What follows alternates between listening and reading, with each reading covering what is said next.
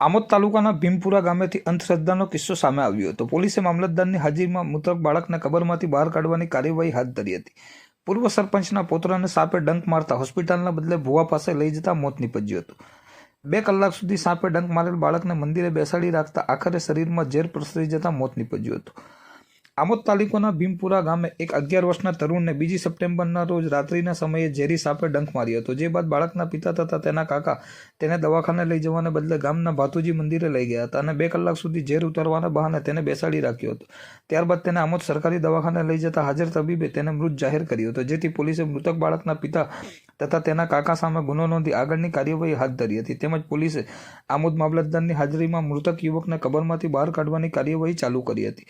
Amod police સૂત્રોના જણાવ્યા અનુસાર આમોદ તાલુકાના ભીમપુરા ગામે રહેતા કાંતિભાઈ રાઠોડના 11 વર્ષીય પુત્ર અરુણ રાઠોડને 2 સપ્ટેમ્બરના રોજ રાત્રિના સમયે ઝેરી સાપે ડંખ માર્યો હતો, જેથી તેના પિતા કાંતિભાઈ રાઠોડ તથા તેના કાકા સંજય રાઠોડ, જે ભુવા તરીકે ઓળખાય છે, તેઓ માસૂમ તરુણને દવાખાને લઈ જવાને બદલે ગામના ભાતુજી મંદિરે ઝેર ઉતારવાની વિધિ કરવા લઈ ગયા હતા અને 2 કલાક સુધી મંદિરે બેસાડી રાખ્યો હતો।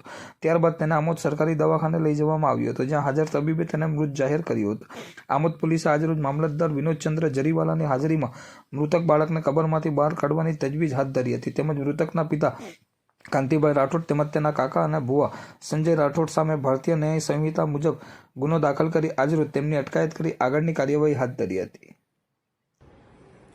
આમોદ પોલીસ સ્ટેશનના ભીમપુરા ગામમાં તારીખ 2/9/24ના રોજ એક બનાવ બનેલો હતો, જેમાં ગામના તરુણ અરુણભાઈ કાંતિભાઈ રાઠોડ ઉંમર 11 કે જેઓ તેમના ઘર રાત્રિના સમયે લગભગ 10:30 વાગ્યાની આસપાસ તેમના ઘરના વાડાની પાછળના ભાગે બાથરૂમ કરવા માટે ગયેલા હતા। એ દરમિયાન કોઈ ઝેરી જાનવર એમને કરેલું હતું, જેની જાણ એના પિતા તથા ઘરના સભ્યને થતાં એમના પિતા તેમને લઈ અને ગામમાં જે ભાતીજી મહારાજનું મંદિર છે ત્યાં લઈ ગયેલા હતા અને ત્યાં એમના જે ભુવા તરીકે તેમના સગાભાઈ સંજયભાઈ રાઠોડ હતા, જેઓ બંને એમને ઝેરી જાનવર કરેલો હોય એની ઝેર ઉતારવાની તાંત્રિક વિધિ કરેલી હતી।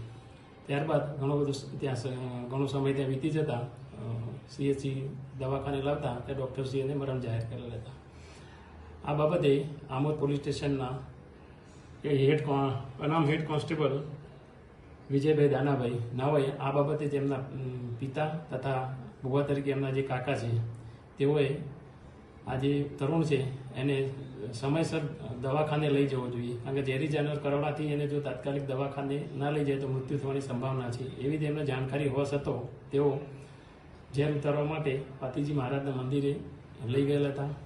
આમ તેથી તેઓએ આ ગુનાના કામે ભારતીય ન્યાય સંહિતાની કલમ 105 અને 3.5 મુજબ ગુનો રજીસ્ટર કરાવેલ છે અને આને ગુનાની તપાસ પોલીસ સબ ઇન્સ્પેક્ટર RAS નવો હાલમાં ચલાવી રહેલ છે। આરોપીની ધરપકડ સાહેબ કરવામાં આવી ખરી? આ ગુનાના કામે જે સંડોવાયેલ જે તોમતદાર છે બંનેની ધરપકડ કરવામાં આવશે। હાલમાં તો જે બાળક છે એની જે ડેડ બોડી છે એની દફનવિધિ કરેલ હોય તે આમોદના એક્ઝિક્યુટિવ મેજિસ્ટ્રેટ છે એમના રૂબરૂ ડેડ બોડીને બહાર કરી અને એમનું PM કરવાની કાર્યવાહી પણ હાલમાં ચાલી રહી છે।